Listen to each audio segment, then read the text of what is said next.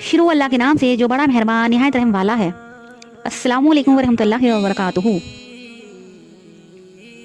नबी करीम सल्लल्लाहु अलैहि वसल्लम ने फरमाया, एक शख्स जा रहा था, उसको सख्त प्यास लगी तो वो एक कुएं में उतरा और उसने पानी पिया।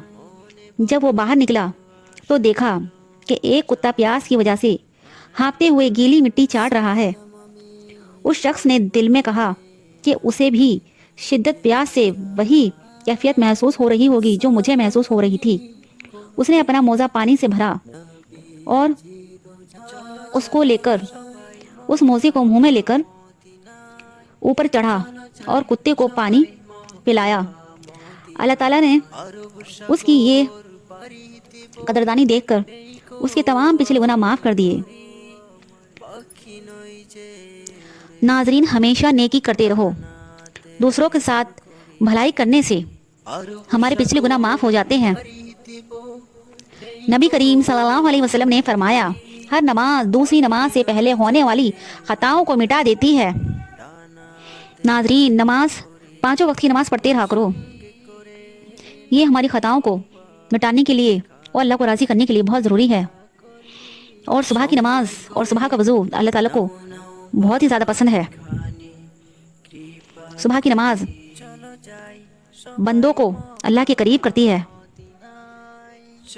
ठंड में वज़ू करना, ठंड में बिस्तर से उठकर रज़ाई छोड़कर नमाज पढ़ने जाना, ये सब देखकर अल्लाह ताला को अपने बंदों पर बहुत ज़्यादा रहम आता है और बहुत ज़्यादा अल्लाह ताला खुश होता है कि बंदा मेरे लिए अपना इतना नरम बिस्तर छोड़कर नमाज पढ़ने आ रहा है।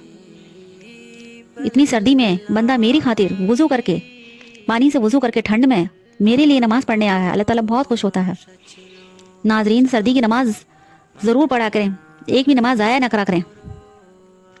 नबी करीम सल्लल्लाहु अलैहि वसल्लम ने फरमाया, अगर तुम इतने गुनाह कर लो कि तुम्हारे गुनाह आसमान तक भी पहुंच जाएं, मगर उसके बाद तुम तौबा कर लो तो अल्लाह ताला तुम्हारी तौबा कबूल कर लेंगे। अल्लाह ताला बहुत ही गफूर रहीम है। नाजरीन, जितना हो सके गुनाहों से बचा करो और हर वक्त तौबा किया करो, इस्तगफार किया करो और कभी भी मायूस नहीं होना।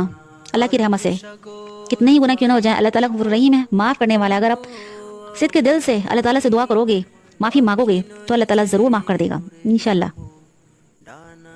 नबी करीम सल्लल्लाहु अलैहि वसल्लम ने इरशाद फरमाया, कुरान पढ़ा करो क्योंकि क़यामत के दिन ये अपने पढ़ने वालों के हक में सिफारिश बनकर आएगा। नाजरीन, जितना हो सके कुरान जल्दी जल्दी खोला करो, रोज़ खोला करो, एक दो दिन छोड़ के खोला करो, लेकिन जल्दी कुरान को पढ़ा करो। नमाज के बाद कुरान बहुत ज़रूरी है पढ़ना, क्योंकि जब हम मरने के बाद कब्र में जाएंगे तो वहाँ अगर कोई हमारा सच्चा दोस्त या साथी है तो वो हमारा कुरान होगा, अगर हमने उसे पढ़ा होगा तो।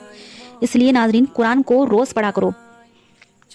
आजकल तो कुरान को बहुत दिनों बाद पढ़ते हैं, हफ्ते गुजर जाते हैं, महीने गुजर जाते हैं, दुनिया के कामों में इस कदर उलझ के रह गए हैं कि कुरान को पढ़े हुए कितने दिन हो गए ये भी याद नहीं रहता। नाज़रीन, जितना हो सके कुरान को पढ़ा करो, इससे अपना दोस्त, इसे अपना सच्चा दोस्त बनाओ। जितना इसको पढ़ोगे इतना ही ये तुम्हारा सच्चा दोस्त होगा और कब्र में ये तुम्हारा साथी होगा।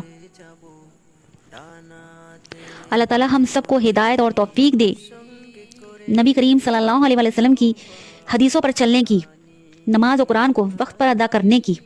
आमीन।